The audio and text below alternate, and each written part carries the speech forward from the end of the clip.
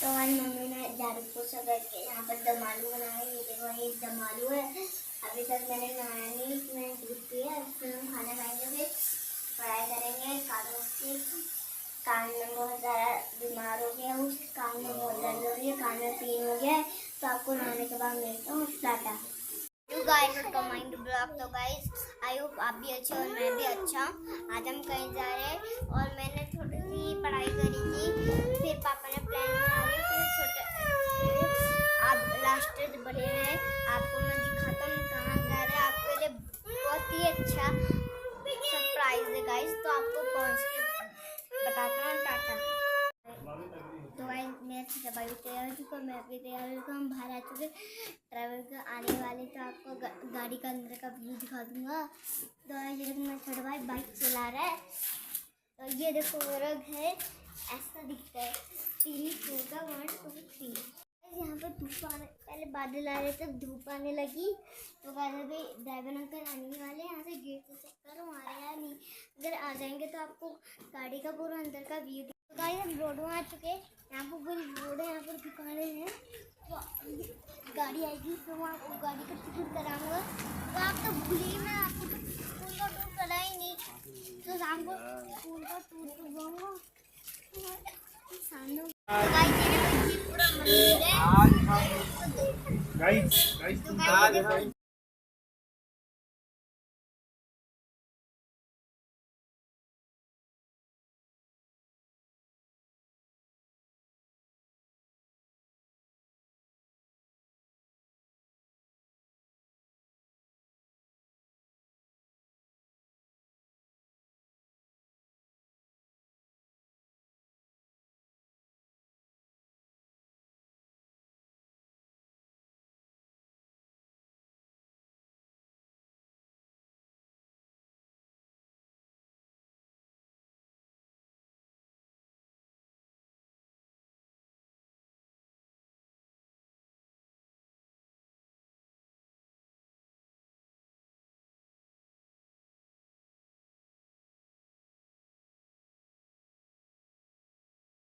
तो गाइस अब हम यहाँ से द्वाराहाट से चकुटिया के लिए निकल चुके थे और आज की हमारी डेस्टिनेशन है तड़ाक ताल के लिए, जो चकुटिया से कम 10 किलोमीटर के आसपास है। और यहाँ पे बच्चे घूमने के एक्साइटमेंट में इतने खुश हो रहे थे कि बच्चे चिल्ला रहे थे और हल्ला कर रहे थे। और रोड पे गाड़ियों का इतना क्रश था कि आवाज़ बिल्कुल भी नहीं आ रही थी, इसलिए मुझे इसमें वॉइस ओवर करना पड़ा था। और जो ये ड्राइवर चाचू हैं, बच्चे इनके साथ बहुत एंजॉय करते हैं। हम पान पहुंच गए हैं। यहाँ का देखो कितना सुंदर व्यू है ना। तो गाइस हम पान पहुंच गए। यहाँ पर मेरे नानी का ननिहाल है। तो गाइस यहाँ पर ऐसी वीडियो बना रहा हूँ गाड़ी के अंदर से बाहर। तो गाइस यहाँ पर बहुत सारे ट्रीज है और यहाँ पर गाड़ियाँ चल रही है।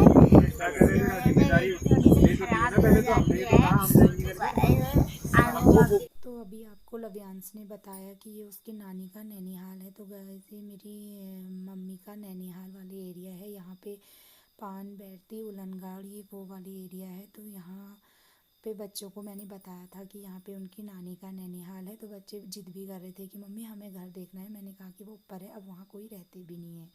तो आज बच्चे तड़ाक ताल को देखने के लिए बहुत ही ज़्यादा एक्साइटमेंट थे। वैसे तो खुश हम भी थे क्योंकि हमारा प्रोग्राम भी काफ़ी टाइम से बन रहा था। कम से कम 2 साल के से हम लोग यहाँ जाने के लिए सोच रहे थे। तो गाइस ये देख सकते हैं, ये पूरी नदी है। ये देखो कितना अच्छा है। नदी में ऐसे ही आए थे घूमने फिरने के लिए। काम धंधा है ये। यहाँ से देखो नदी जा रही है और मेरा नहाने का भी मन कर रहा था। तो आप भी आ सकते हो यहाँ। तो बस हम नहाते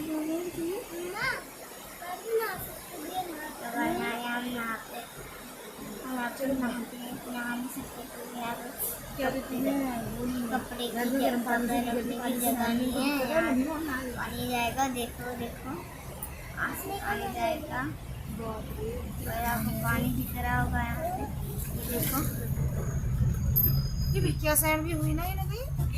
हाँ वहीं तो यहाँ पे ड्राइवर भैया हमें बता रहे थे कि अब यहाँ से देखो कि पहाड़ वाली एरिया स्टार्ट हो गई है, कि यहाँ से बहुत सारे पहाड़ दिखते हैं। और यहाँ का व्यू इतना सुंदर था कि मैं आपको क्या ही बताऊँ, मुझे तो बहुत पसंद आया, क्योंकि यहाँ पे इतने ऊंचे ऊंचे पहाड़ थे और नीचे बिल्कुल प्लेन एरिया थी, मैदान थे और हरे भरे खेत, इतनी अच्छी फसल हो रही थी ना यहाँ।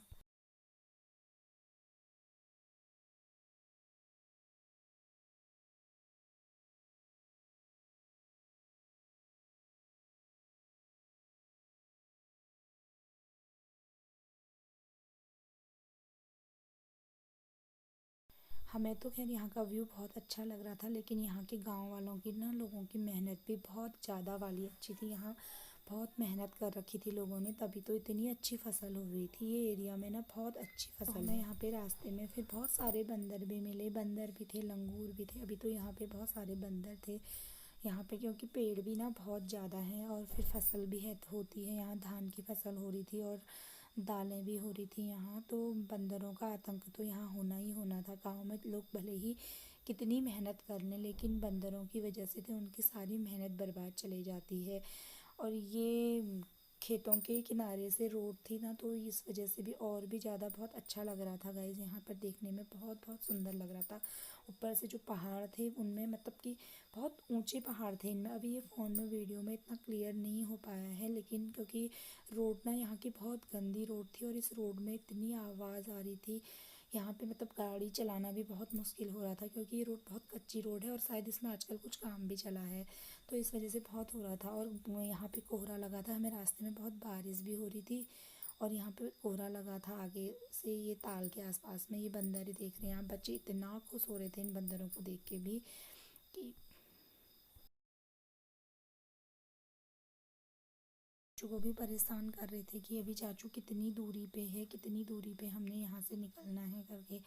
यहाँ पे ना लोगों का जीवन बहुत कठिन है, क्योंकि यहाँ ना बहुत मेहनत करनी पड़ रही थी लोगों को, इतना वो था ना, यहाँ लोगों के लिए बहुत हार्ड वर्क है यहाँ। तो यहाँ से हमारी डेस्टिनेशन पे हम पहुँच गए थे। ये है गाइस, तड़ाक ताल स्टार्ट हो गया था। एक अंकल बता रहे थे हमें कि ये तड़ाक ताल पे जब भीम ने ये तड़ाक ताल पांडव क्या कहते हैं तो अज्ञातवास में थे, तो उस समय उन्होंने यहाँ पे ये तड़ाक ताल की खोज की थी। बताते हैं कि जो भीम के हाथ का ऐसे हाथ की हथेली, मतलब कि पूरा पंजा होता है, तो उसी के आकार में ये तड़ाक ताल बनाई गई। कम से कम 2 किलोमीटर के आसपास था और इसकी चौड़ाई भी बहुत है। ये नैनीताल और भीमताल से काफ़ी हद तक बड़ा है। देख रहा मछली दिख रही तेरे को, दिख रही है ना? कितनी सारी मछली है ना? कितनी सारी मछली है। निशान पानी का क्या तो मछली भी दिखती है। और मेरा नहाने का मन कर रहा है। मेरे को नाव खूबसूरत है ना। नहाने का मन, यहाँ से व्यू देखो इसका। नहाने का मन कर रहा है। देखिए मैं नाव अंकल बता रहे थे कि गर्मियों में ये ताल पूरी तरह से सूख जाएगा और हम इसमें फिर खेती करेंगे, गेहूं की फसल उगाएंगे।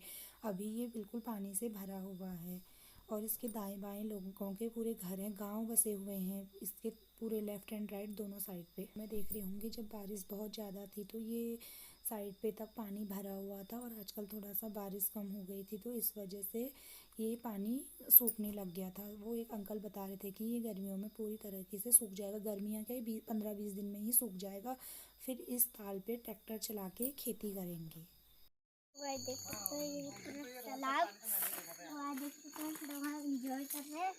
और यहाँ देखो हम कितने नूडल्स से खाए थे हम। बाकी तो आपको देखो कितना 2 किलोमीटर दूर था, मैंने आपको बताया था ना। तो ये देखो कितना वो यहाँ फिशेस भी है, थोड़ा एलगीसी भी है। तो आपने एक चीज देखी नहीं क्या नहीं देखी, डॉल्फिन का पानी अपने आप ही सूखता है या पता नहीं ये कहाँ निकलता है, इसका पता कभी आज तक कहीं नहीं चल सका कि इसका पानी आखिर जाता कहाँ है। ये अंदर ही अंदर इसके यहीं नदियों में, बड़ी नदियों में मिल जाता है। जो रामगंगा है ये नदी में, उसी नदी में मिलता है, लेकिन ये ज़्यादा ना दिखाई नहीं देता है। सिर्फ एक जगह से ऐसा लगता है कि आइडिया लगाते हैं कि ये यहाँ से निकलता होगा, बाकी ये अंदर ही अंदर 4-5 जगहों से निकलता है। लेकिन दिखाई नहीं देता है। इस के आसपास की ज़मीन, इस ताल की वजह से ना इसके आसपास की ज़मीन है वो जो कुछ ज़्यादा ही उपजाऊ है। वहाँ अंकल बता रहे थे कि हम लोग जैसे जीरा, सौंफ, अजवाइन ये सब चीज़ें खरीदते हैं बाकायदा। हमें यहाँ से मिर्च मसाले और ये दाल चावल और गेहूँ ये सब धान ये सब हम लोगों की फसल घर में ही हो जाती है, क्योंकि ना यहाँ ये ताल के वजह से नमी वाली जगह है, पता नहीं क्या है, यहाँ बहुत अच्छी उपजाऊ ज़मीन है। और वो बता रहे थे कि पूरे साल भर के खाने के लायक हो जाता है, लेकिन अब बंदरों की वजह से ना काफ़ी नुकसान होता है, फसलों को भी वो लोग बहुत नुकसान करते हैं। हेलो हेलो ये देखो और भाई लेकिन ये ना नैनीताल और ये भीमताल नौकुचिया ताल इन तालों में सबसे बड़ा है, लेकिन इसमें बोटिंग वोटिंग कुछ भी नहीं होती है। तो वो अंकल बता रहे थे कि ये 12 मास में अगर इसमें रुकने का कुछ होता, कुछ मतलब कि इस पानी को गर्मियों में भी रोका जाता तो शायद तब इसमें कुछ होता, क्योंकि ये सिर्फ बरसात के टाइम पर ही भरा रहता है। गर्मियों में तो यहाँ ट्रैक्टर चलते हैं तो गेहूँ वेहूँ फसल बोते हैं। गर्मियों में यहाँ थोड़ी सी जगह में मतलब कि जहाँ से ताल स्टार्ट होता है और लास्ट होता है पानी रहता है इसमें। तो गाइज़ आप बताना कि आपको वीडियो कैसी लगी। Thanks for watching, bye bye, good night.